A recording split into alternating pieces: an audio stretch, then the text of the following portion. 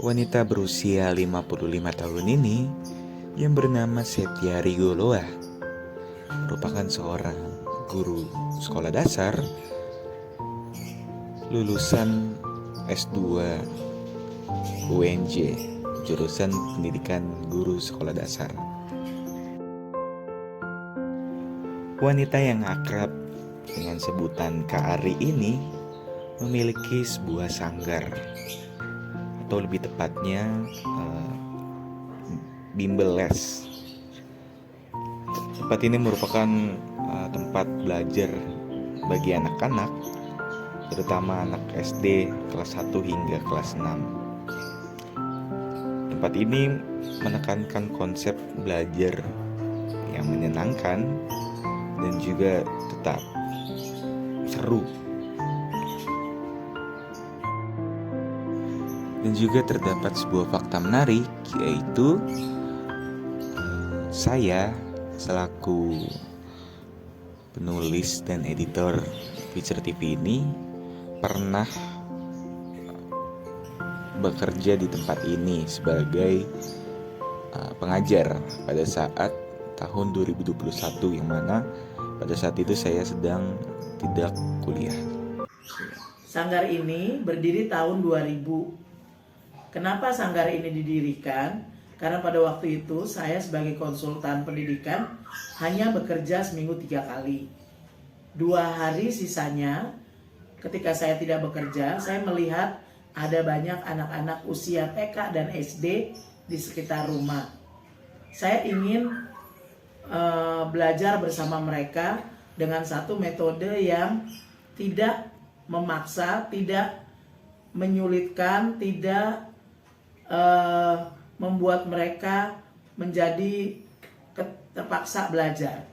Lalu saya bersama teman-teman membuat sanggar yang di dalamnya ada permainan-permainan edukatif yang juga menyenangkan buat mereka, sehingga belajar menjadi lebih menyenangkan.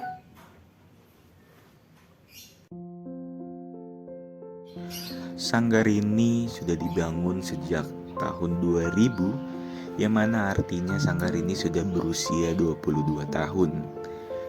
Hal ini menandakan bahwa Kak Ari bukanlah seorang pengajar yang biasa, melainkan seorang pengajar yang sudah profesional di bidangnya. Kedekatan pribadi Kak Ari dengan anak-anak merupakan suatu hal yang unik yang jarang dilakukan oleh guru-guru atau pengajar di tempat les. Sanggar ini sudah berjalan sekian lama.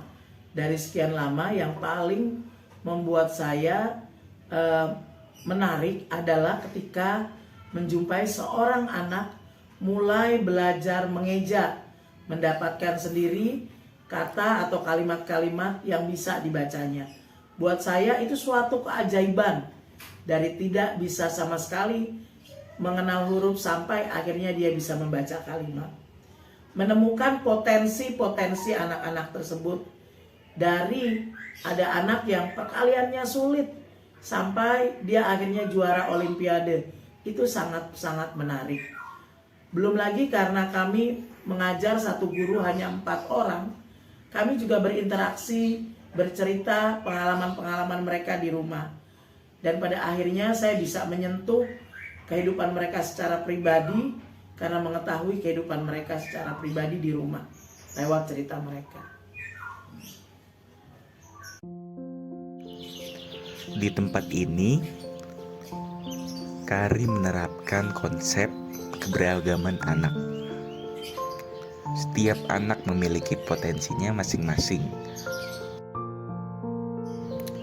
Di sanggar ini terdapat beberapa anak yang memiliki keterbatasan. Tapi kata Kak Ari, setiap anak itu memiliki potensinya masing-masing.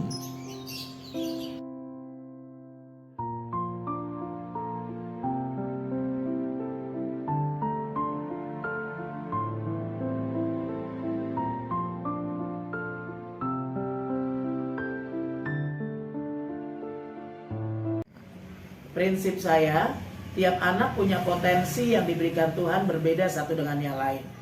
Kalau dikategorikan dengan angka, ada yang dapat 10 dari Tuhan, ada yang dapat 6, ada yang 5. Yang dapat 10 harus 10, tidak boleh 9,9. Yang dapat 6, dia ketika mencapai 6, buat saya sudah sesuai dengan potensinya. Karena di sanggar ini juga kami terima beberapa anak berkebutuhan khusus, misalnya Down syndrome, ADHD, slow learning. Karena satu guru hanya mengajar 4, jadi kami bisa menanganinya. Kemudian kami juga melihat bahwa adik-adik yang berkebutuhan khusus ini sangat menolong adik-adik yang tanda kutip normal.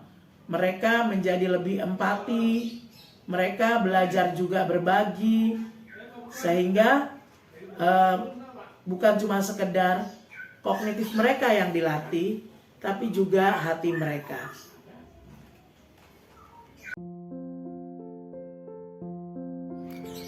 Dari sisi orang tua, kebanyakan orang tua merasa puas dan senang apabila anaknya les di tempat ini, karena kebanyakan anak-anak mereka diterima di SMP favorit di Depok.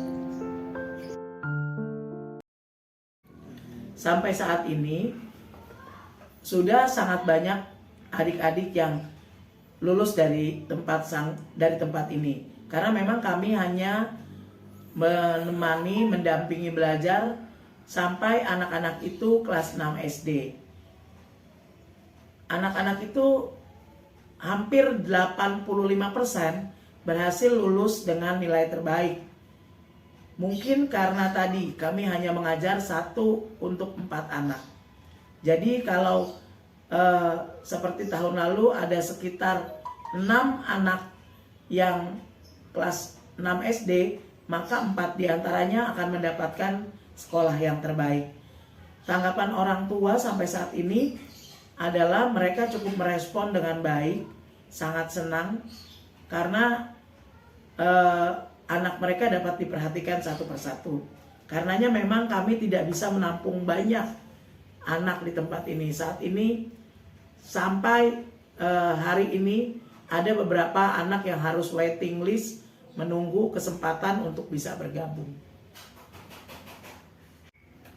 Di sanggar ini saya juga tidak mematok harga. Untuk 2 kali pertemuan, 1 minggu 2 kali pertemuan, 1 bulan mereka hanya bayar sekitar 200 sampai 250 ribu. Itu adik-adik yang mampu. Kadangkala saya harus menerima anak-anak yang kurang mampu, tapi menurut saya mereka membutuhkan pelayanan pendidikan dari saya. Nah, untuk itu mereka bayar semampunya. Jadi ada anak-anak yang bayar semampunya, setengahnya seperti 100 ribu, 50 ribu, bahkan gratis. Harapan saya melalui sanggar ini, mereka bisa bertumbuh sesuai potensinya. Mereka bisa menjadikan belajar itu latihan untuk hidup mereka nantinya. Mereka bisa senang dalam belajar, menikmati kegiatan dan proses belajar mereka.